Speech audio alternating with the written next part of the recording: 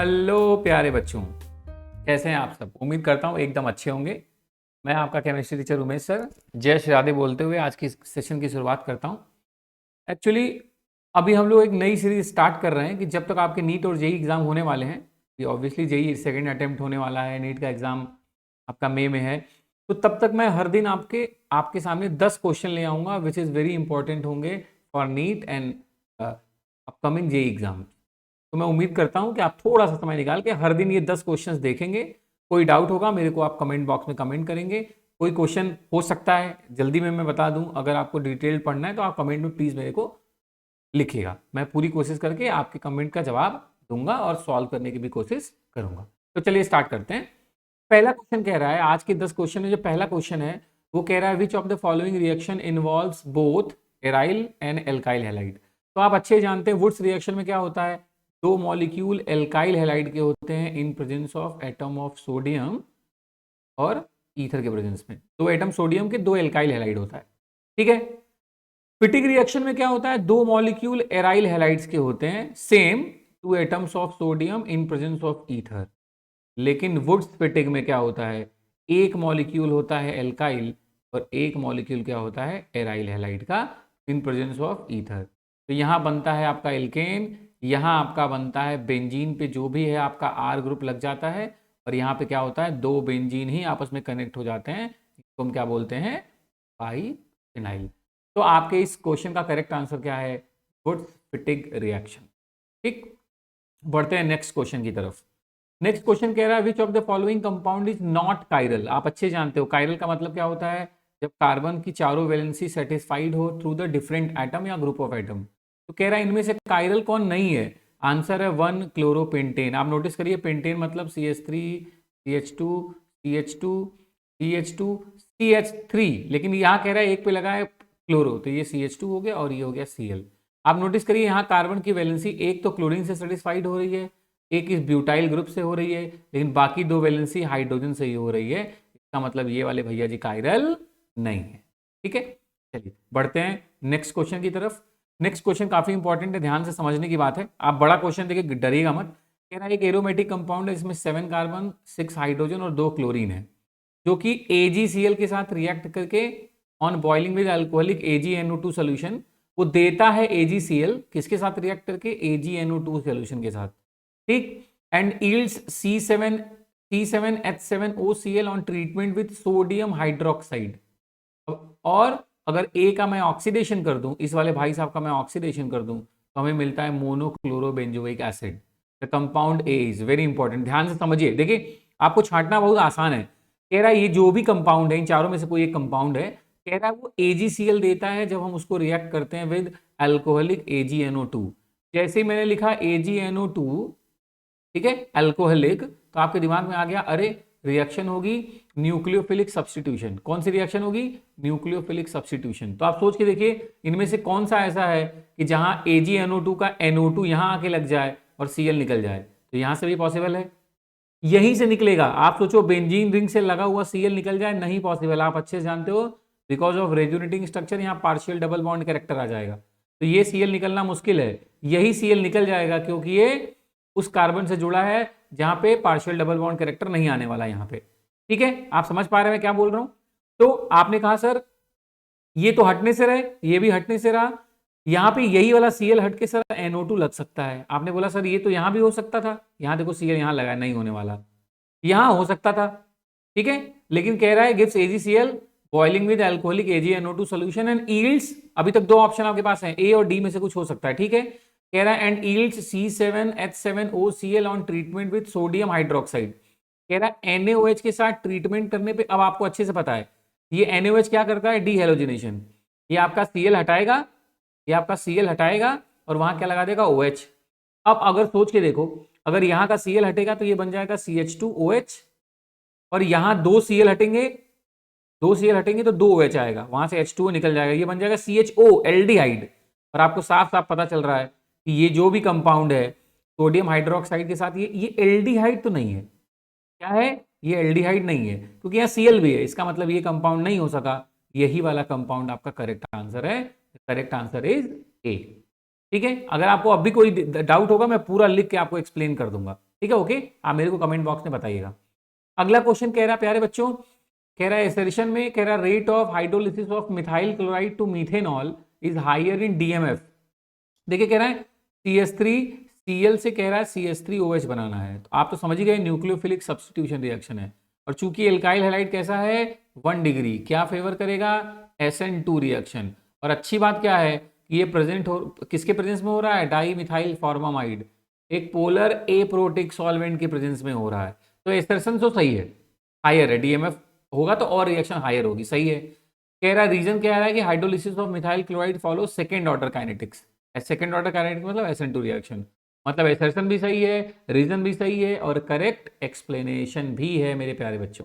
ठीक है, चलिए अगला क्वेश्चन देखिए। कह रहा है बेंजीन है आपका C6H6 आपके पास है बेंजीन, उसको ट्रीट कर रहे हैं CH3 के ट्वाइस CH2Cl के साथ, और कह रहे हैं ए क्या बनेगा। तो आपको अच्छे से पता है एनहाइड्रस AlCl3 के प्रेजेंस में हो रहा है, तो रिएक्शन कौन सी है, फ्रीडल क्राफ्ट एल्काइलेशन। ठीक है, चूंकि हमने एल्काइल हैलाइड ऐड किया है, एल्काइल हैलाइड, तो एल्काइलेशन, एसाइल हैलाइड ऐड करते तो ऑब्वियसली एसाइलेशन होता मेरे प्यारे बच्चों। तो होगा क्या, आप अच्छे जानते हो, ये यहाँ से बॉन्ड टूटता है, ठीक है, और ये पूरा का पूरा ग्रुप जाके आपके बेंजीन पे लगेगा, मतलब कुछ ऐसा लगेगा।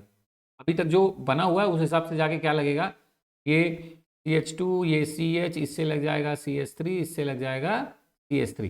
ठीक है, तो कह रहा है इनमें से क्या बनेगा, क्यूमीन, क्यूमीन को आइसोप्रोपाइल बेंजीन को बोलते हैं। ये CH2 एक्स्ट्रा है, अगर ये CH CH3 CH3 लगा होता तो क्यूमीन बनता। कह रहा है नॉर्मल ब्यूटाइल बेंजीन बन जाएगा, नॉर्मल ब्यूटाइल भी नहीं है। कह रहा है CH3 CH2 CH CH3 का ट्वाइस, इस हिसाब से तो बेंजीन गायब ही हो गया। तो करेक्ट आंसर क्या है, डी बनेगा, टर्शरी ब्यूटाइल बेंजीन। जो भी आपने अभी प्रोडक्ट देखा उसमें क्या होगा, रीअरेंजमेंट, और वो फॉर्म कर लेगा टर्शरी ब्यूटाइल बेंजीन। अगला क्वेश्चन कह रहा है in the following replacement reaction the reaction will be most favourable. आपको मैं बता दूं, आप देखिए ये क्लोराइड, ये हैलाइड एक्सचेंज हो रहा है ना, सी से ये जो है आपका आई हट के वहां पे एफ लग रहा है। आपने पढ़ा होगा ये रिएक्शन कौन सी है, स्वार्ट्स रिएक्शन। कौन सी रिएक्शन है, Swarts reaction, halide exchange method में स्वार्ट्स रिएक्शन है। ठीक है, हेलो, तो अब ये तभी हो सकता है जब ये जो मेटल हो वो कैसा हो, ऐसा हो जो फ्लोरीन के साथ ऐसा बॉन्ड बनाए जो आसानी से टूट सके। मतलब ये वो वाला मेटल का फ्लोराइड बनना चाहिए जिनकी लैटिस एनर्जी क्या हो, कम, जिनको तोड़ना आसान हो। तो आप अच्छे समझते हैं कि Li और Na ये एल्कली मेटल है और इनके फ्लोराइड्स काफ़ी स्ट्रांग होंगे, उनकी लैटिस एनर्जी क्या होगी, काफ़ी ज़्यादा।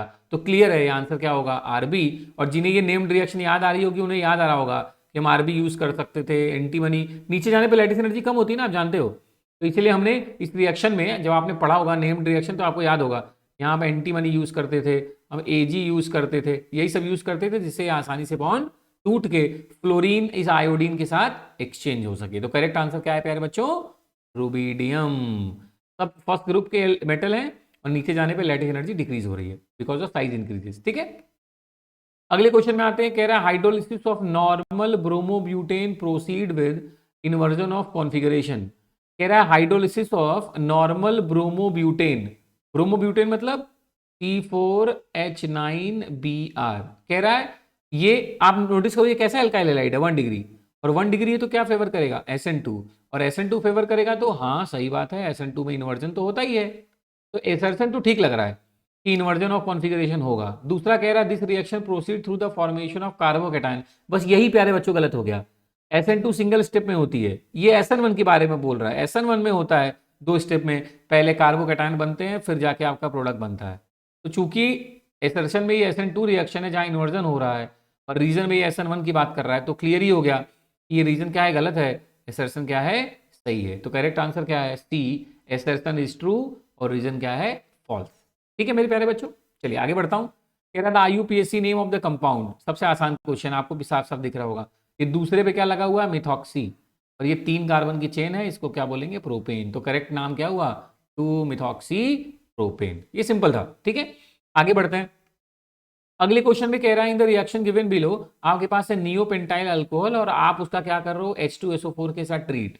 और आप अच्छे से जानते हो कि जब हम अल्कोहल को ट्रीट करते हैं कॉन्क H2SO4 के साथ, तो प्रोसेस कौन सी होती है, डिहाइड्रेशन।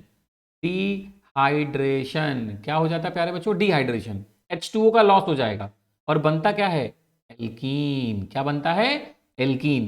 तो नियोपेंटाइल अल्कोहल का मतलब मेरा OH उस कार्बन से जुड़ा है, नियोपेंटाइल है मतलब ये कुछ ऐसा कॉन्फ़िगरेशन है, ये CH3 लगे हैं। अच्छा क्वेश्चन है ये, ठीक है। और होगा क्या, ये है आपका CH2। अब ध्यान से मेरी बात समझिएगा, H2SO4 का काम क्या है, H प्लस प्रोवाइड करना, और ऑक्सीजन के पास क्या है, लोन पेयर। मतलब ये इलेक्ट्रॉन डिफिशिएंट है, ये इसको इलेक्ट्रॉन डोनेट करेगा, मतलब यहीं से ये बन जाएंगे, जुड़ जाएंगे, बन जाएगा H2O। तो यहाँ से माइनस क्या हो जाएगा, H2O। लेकिन जैसे यहाँ से H2O निकलेगा, इस कार्बन की वैलेंसी को पूरा करने के लिए ये मिथाइल ग्रुप आके इससे जुड़ जाएगा, और इससे जुड़ जाएगा मेरे प्यारे बच्चों। तो देखो बीच में एक छोटा सा इंटरमीडिएट बन रहा है थोड़ी देर के लिए, ये कुछ ऐसा हो जाएगा कि ये CH2 से जाके कौन जुड़ जाएगा, CH3। लेकिन इस कार्बन पे क्या आ जाएगा, प्लस चार्ज। क्या आ जाएगा, प्लस चार्ज। और उसी को मेंटेन करने के लिए क्या होगा, यहाँ बनेगा डबल बॉन्ड, यहाँ बन जाएगा डबल बॉन्ड, और H प्लस यहाँ से निकल जाएगा। तो मतलब जो कंपाउंड बनने का चांस है वो क्या लग रहा है, वो बन जाएगा 2 मिथाइल ब्यूटूइन। ये देखिए दूसरे पे लगा मिथाइल और ब्यूटूइन। करेक्ट आंसर क्या हो जाएगा, 2 मिथाइल ब्यूटूइन। ठीक है, आगे बढ़ो। कोई डाउट होगा मेरे प्यारे बच्चों आप प्लीज मुझे कमेंट करें, ठीक है। आगे बढ़िए, कह रहा which of the following compound will react with sodium hydroxide solution in water. तो आपको अच्छे से पता होगा यार, ये तो एक नेम्ड प्रोसेस, इंपॉर्टेंट प्रोसेस है कि ओनली फिनॉल रिएक्ट कर सकता है NaOH के साथ, क्योंकि ये अल्कोहल से ज्यादा एसिडिक होते हैं फिनॉल। अल्कोहल वीक एसिड है तो वो सिर्फ मेटल के साथ रिएक्शन करता है, बनाता है सॉल्ट एंड हाइड्रोजन। लेकिन फिनॉल उससे थोड़ा ज्यादा एसिडिक है, तो वो NaOH के साथ रिएक्ट करके भी क्या बनाता है, फिनॉक्साइड आयन, और बनता है साथ में कर। तो करेक्ट आंसर क्या है, ए। और ये नेम्ड रिएक्शन भी थी शायद आपको है, नहीं ये नेम्ड रिएक्शन नहीं थी, क्लोरोबेंजीन से जब फिनॉल बनता था तब वो नेम्ड रिएक्शन था। ओके चलिए आगे बढ़ते हैं। अगले क्वेश्चन में कह रहा प्यारे बच्चों कि विच ऑफ दीज, इनमें से कौन सा है जिसको पास हम करें कॉपर से तो वो फॉर्म करे एल्कीन। तो आपको याद आएगा हीटेड कॉपर क्या करता है, एल्केन को जब हम पास करते हैं कॉपर के ऊपर से तो वो बना देता है अल्कोहल। ठीक, मतलब ऑक्सीडेशन करता है। रेड हॉट कॉपर ट्यूब का काम क्या है, ऑक्सीडेशन। लेकिन कह रहा है कि हम किससे पास करें तो ऑक्सीडेशन नहीं हो बल्कि एल्कीन बन जाए। तो आपका आंसर पता है क्या है, टर्शरी अल्कोहल। ऐसा क्यों हो रहा है, ध्यान से सुनिए। टर्शरी अल्कोहल में इसलिए ऐसा हो जाता है क्योंकि तब प्रोसेस ऑक्सीडेशन ना होकर, आपने पढ़ा होगा, बड़ा इंपॉर्टेंट क्वेश्चन है, ऑक्सीडेशन ना होकर क्या होने लगता है, डिहाइड्रेशन। ऑक्सीडेशन नहीं होता कि ये अल्कोहल ऑक्सीडाइज होकर एल्डिहाइड बना लेना, ये हो जाता है यहाँ से OH निकल जाता है और यहाँ वाले से H, तो यहाँ बन जाता है इस कार्बन की एक वैलेंसी कम, इस कार्बन की एक वैलेंसी कम, बन जाता है डबल बॉन्ड। तो यहीं पे फॉर्म हो जाएगा एल्कीन, बाकी किसी में नहीं होता। सेकेंडरी अल्कोहल ऑक्सीडाइज होकर कीटोन बनाएगा, ठीक है, एल्केन ऑक्सीडाइज होकर अल्कोहल बना देगा। लेकिन टर्शरी अल्कोहल ही है जहां पे ऑक्सीडेशन एक्चुअली नहीं होता, डिहाइड्रेशन हो जाता है और प्रोडक्ट क्या बन जाता है, एल्कीन। अच्छा क्वेश्चन है, ध्यान रखिएगा। अगले क्वेश्चन में क्या कह रहा है प्यारे बच्चों, अगले क्वेश्चन में कह रहा है the general molecular formula which represent the homologous alkanol, मतलब अल्कोहल। नहीं याद है कोई एक अल्कोहल ले लो, CH3OH। नोटिस करो कार्बन कितना है 1, हाइड्रोजन कितना है 4, तो मतलब ये 1 है, और हाइड्रोजन कितना है, डबल से 2 जाता, मतलब 2n+2 और एक ऑक्सीजन, है ना। तो आपको फॉर्मूला क्या ढूंढना है, ऐसा वाला जहां अगर CN हो तो H क्या हो, डबल से 2 जाता। देखो ये 1 था तो ये कितना था 4, डबल हुआ 2, 2 ज्यादा 4, CnH2n+2O। करेक्ट आंसर है मेरे हिसाब से ए। ठीक है प्यारे बच्चों, बहुत सिंपल है, आप किसी को भी चेंज करके देख सकते थे आसानी से। कह रहा phenyl magnesium bromide react with methanol to give, very important question प्यारे बच्चों, बहुत ही अच्छा क्वेश्चन है। देखिए C6H5MgBr जब रिएक्ट करेगा किसके साथ, CH3OH के साथ। वैसे तो आपको अच्छे से पता है कि फिनाइल RMgX क्या होता है, एक्टिव हाइड्रोजन लेके क्या बना देता है, MgOH निकल जाता है और कन्वर्ट हो जाता है अपने एल्केन्स में। बस यहीं पे कहानी ट्विस्ट हो जाती है, यहाँ पे कहानी में थोड़ा ट्विस्ट है, यहाँ पे ये वाला बॉन्ड टूटता है एक्चुअली, और यहाँ तो आप समझ ही रहे हो कौन सा बॉन्ड टूट रहा है, ये वाला बॉन्ड, ये प्लस और ये माइनस। तो यहाँ पे जो प्रोडक्ट बनता है वो क्या बनता है, C6H5 माइनस और ये H मिलके बना लेते हैं C6H6, और बचा क्या, ध्यान से देखो MgOCH3Br, क्या बना MgOCH3Br। तो करेक्ट आंसर क्या हो गया प्यारे बच्चों, ये वाला बेंजीन बना, और MgO मतलब मिथाइल CH3Br। करेक्ट आंसर क्या है, बी। काफी अच्छा है, बाकियों में थोड़ा खेल अलग होता है, यहाँ थोड़ा खेल अलग है। आपने कई बार सुना होगा कि मोस्ट ऑफ द केसेस में अगर RMgX लो तो MgOH निकलता ही निकलता है, बट यहाँ ऐसा नहीं हुआ, यहाँ पे ये निकला है, इसीलिए इंपॉर्टेंट भी है, ध्यान रखने की जरूरत है इसको। अगला क्वेश्चन प्यारे बच्चों क्या कह रहा है, अगला क्वेश्चन कह रहा है ethylene oxide when treated with Grignard reagent give. Ethylene oxide पहले जानिए क्या होता है, CH2 सिंगल बॉन्ड CH2 और ये है इथाइलिन ऑक्साइड, और जब ये ट्रीट करता है ग्रिग्नार्ड के साथ मतलब RMgX के साथ, है ना, तो आपको अच्छे फिर से वही खेल, R पे माइनस MgX पे प्लस, इनमें से कोई एक बॉन्ड टूटेगा, टूटेगा तो ऑक्सीजन पे क्या आएगा नेगेटिव चार्ज और इस कार्बन पे क्या आएगा पॉजिटिव, बस नेगेटिव के पास पॉजिटिव वाला लेके चले जाओ, ये इधर हो गया आके जुड़ेगा और ये वाला इधर। तो अगर मैंने मान लिया कि RCH3 था मान लो, तो बना क्या, ध्यान से देखिए, इस CH2 से एक और R आके जुड़ गया, मतलब CH3 CH2 CH2, इस CH2 से लगा है O और इस O से क्या लग गया है MgX, और आपको अच्छे से पता है फर्दर ये करेगा हाइड्रोलिसिस, निकल जाएगा MgOHX और बचेगा क्या ये CH3 CH2 CH2OH, मतलब क्या बना 1 डिग्री अल्कोहल। करेक्ट आंसर क्या है प्राइमरी अल्कोहल बनेगा। ठीक है मेरे प्यारे बच्चों, अगले क्वेश्चन में देखिए क्या कह रहा है, अगला क्वेश्चन कह रहा है di ethyl ether on heating with HI, कह रहा है डाई इथाइल ईथर मतलब C2H5O C2H5, कह रहा है जब रिएक्ट करेगा HI के साथ तो क्या बनेगा 2 मोल, तो आप अच्छे जानते हो इनमें से कोई एक बॉन्ड तोड़ दो और यहाँ HI भी टूट गया प्लस और माइनस में, तो आप जानते हो पहले बार क्या बनेगा ये माइनस और ये हिस्सा प्लस, तो आपको दिख रहा होगा बनेगा C2H5OH और साथ में बनेगा C2H5I, और यही C2H5OH फर्दर फिर कंबाइन करता है HI के साथ और ये भी बना लेता है C2H5I और माइनस हो जाता है H2O। तो फाइनली हमें 2 मोल्स क्या मिलेंगे इथाइल आयोडाइड के, या आप कह सकते हैं 2 मॉलिक्यूल हमें किसके मिलेंगे आयोडोइथेन के, मतलब करेक्ट आंसर क्या है। ठीक है मेरे प्यारे बच्चों, तो जैसे मैंने आपसे प्रॉमिस किया, आपको मैंने कहा तो 10 था बट अब मैंने एक्चुअली 14 या 15 आपको इंपॉर्टेंट क्वेश्चन नीट और जेई के पर्पज से कराए हैं, आप जरूर देखेगा इनमें से क्वेश्चन आपको कोई ना कोई मिलेगा, और इसी सीरीज के साथ मैं हर दिन आपसे मिलूंगा। कोई भी समस्या हो कोई भी तकलीफ हो प्लीज मुझे कमेंट करके बताएं, मैं आपके लिए हमेशा अवेलेबल हूं। मैं चाहता हूं कि आप अपनी केमिस्ट्री में जो भी आपको जरूरत पड़े उसके लिए आप मुझे प्लीज याद करें। तब तक के लिए प्यारे बच्चों जय श्री राधे, खुदा हाफिज, अपना ख्याल रखिए, सब लोग खुश रहिए, अच्छे रहिए।